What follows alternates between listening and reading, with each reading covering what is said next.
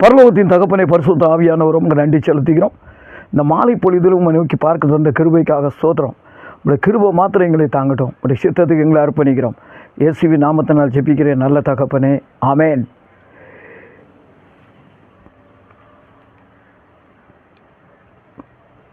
கர்த்தருடைய பரிசுத்த நாமத்துக்கு ஸ்தோத்திரம் உண்டாவதாக. இந்த நாட்களிலும் கூட மகிமையை குறித்து தேவன் பேசும்படியாக தந்த கிருபைக்காக நன்றி செலுத்துகிறேன். மகிமை என்றால் என்ன? ஒரு பாதுகாப்பு பெட்டகம். தகப்பன் கர்த்தராகிய இயேசு கிறிஸ்து யாருக்கு அந்த மகிமையை கொடுத்துருந்தார்னா ஆதாமுக்கு கொடுத்துருந்தார். அந்த ஆதாம் என்ன செஞ்சிட்டான்னா அந்த உலகத்தையே சாத்தாங்கிட்ட விற்றுட்டு அந்த மகிமையை இழந்துட்டான். திரும்ப அதுக்கப்புறம் மகிமையை யாருக்கு கொடுத்தாருன்னு சொல்லி பார்த்தீங்கன்னா நம்ம ஒப்னி பினேகாஸ் அவங்க பாவம் செய்ததுனால அந்த மகிமை அவங்கள விட்டு வெளியேறிட்டு அந்த மகிமைங்கிற பெட்டி பிடிப்பட்டதுனால அவங்க இறந்து போயிட்டாங்க. சாலமோனுக்கு இதே மாதிரி தான் ஞானத்தை கேட்டான், கேளாத மகிமை கொடுத்தாரு, ஐஸ்வர்யத்தை கொடுத்தாரு, உணர்வுள்ள இருதயத்தை கொடுத்தாரு. அப்போ இந்த மகிமையை குறித்து தேவன் எப்படி பேசியிருக்கிறாருன்னு பார்த்தீங்கன்னா ஆகாய 2:9 சொல்லப்பட்டிருக்கு, முந்தின மகிமையை பார்க்கிறோம் பிந்தின மகிமை பெரிதாக இருக்கும், இவ்விடத்திலே தேவன் சமாதானத்தை வைத்திருக்கிறார். அந்த மகிமை இருக்கிற இடத்துல சமாதானம் இருக்குது. அதான் சொல்லப்பட்டிருக்கிற வேத வார்த்தை 122 சங்கீதம் 7வது வசனம், உன் அலங்கத்திற்குள் சமாதானம், உன் அரண்மனைக்குள் சுகமும் தங்கியிருப்பதாக. அப்போ அந்த மகிமைக்குள்ளே என்னதெல்லாம் இருக்குதுன்னு பார்த்தீங்கன்னா அந்த மகிமையான கிரீடத்தை தேவன் உங்களுக்கு தந்திருக்கிறார். அந்த மகிமையை நம்ம இழந்துடுறோம். உலகத்தின் மகிமையை தேடி போகிறோம், உலகத்தின் ஆசைகளை நம்ம தேடி போயிட்டுருக்கோம், உலகத்தின் இச்சைகளை நம்ம தேடி போயிட்டுருக்கோம். அதனால் எல்லா மகிமையும் நம்மக்கிட்ட போயிடுது. இன்றைக்கி ஆண்டவர் ஒரு மனிதனுக்கு மகிமையை கொடுத்துருக்கு. காரணம் என்னென்னா அந்த மகிமையின் மேகம் இருக்க போய் தான்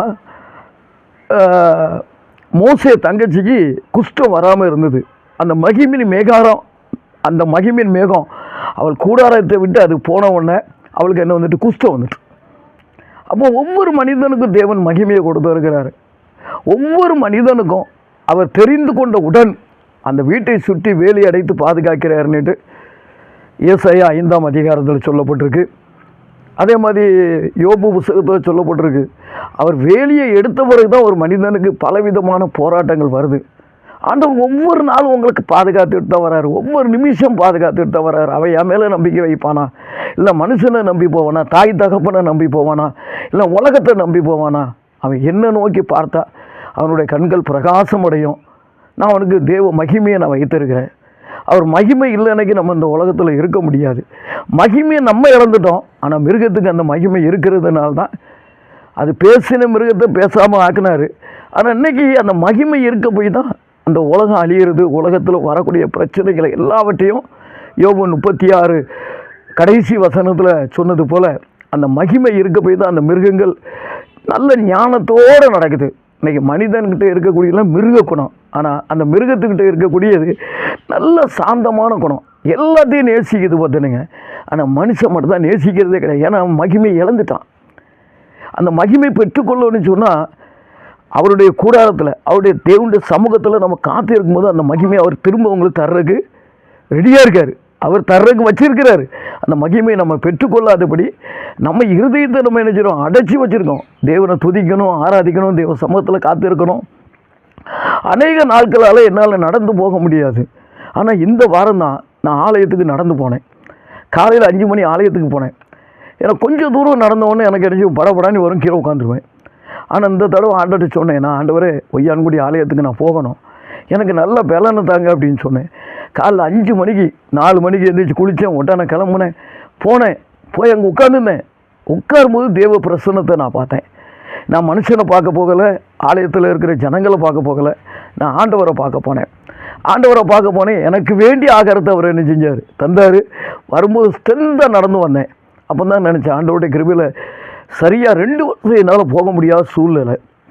அப்போ அவருடைய மகிமை குறித்து நான் கேட்டேன். அந்த மகிமை தந்தவுடனே எனக்கு 1000 வருஷம் இருந்தது போல் ஒரு பலனை ஆண்டவர் கொடுத்தாரு. அப்படியே எழுந்து நடந்து போனேன். உள்ளே போய் உட்காந்துருந்தேன்.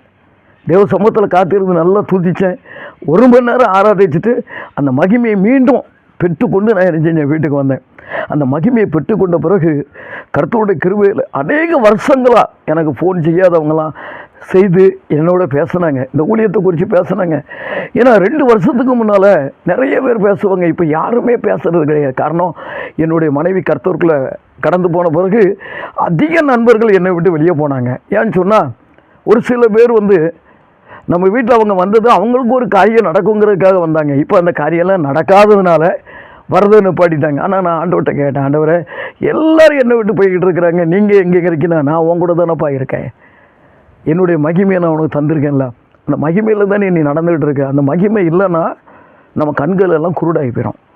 அந்த மகிமையை சாலமோனுக்கு கொடுத்தாரு. அந்த மகிமையை அவன் இழந்தது எப்படி தெரியுமா? ஆண்டவர் எங்கே பெண் எடுக்கக்கூடாதுன்னு சொன்னாரோ அந்த சந்ததியில் தான் எடுத்தான். உபாகமம் 23:1-2 சொல்லப்பட்டிருக்குது. மோவாபியர் அம்னோனியரில் திருமணம் பண்ணக்கூடாது, 10 தலைமுறைன்னு சொல்லப்பட்டிருக்கு. ஆனால் அவன் என்ன செஞ்சான், அந்த 10 தலைமுறை தாங்கி நிற்கல. அவன் என்ன செஞ்சான், அவனுடைய விருப்பத்தின்படி போனான். உணர்வுள்ள இருதயத்தை கொடுத்தாரு, மகிமையை கொடுத்தாரு, கேளாத ஐஸ்வர்யத்தை கொடுத்தாரு, ஞானத்தை கொடுத்தாரு. உணர்வுள்ள இருதயம் இருக்குது, ஆனால் மகிமை இருக்க போய் தான் அவனால் எல்லா காரியத்தையும் செய்ய முடிஞ்சது.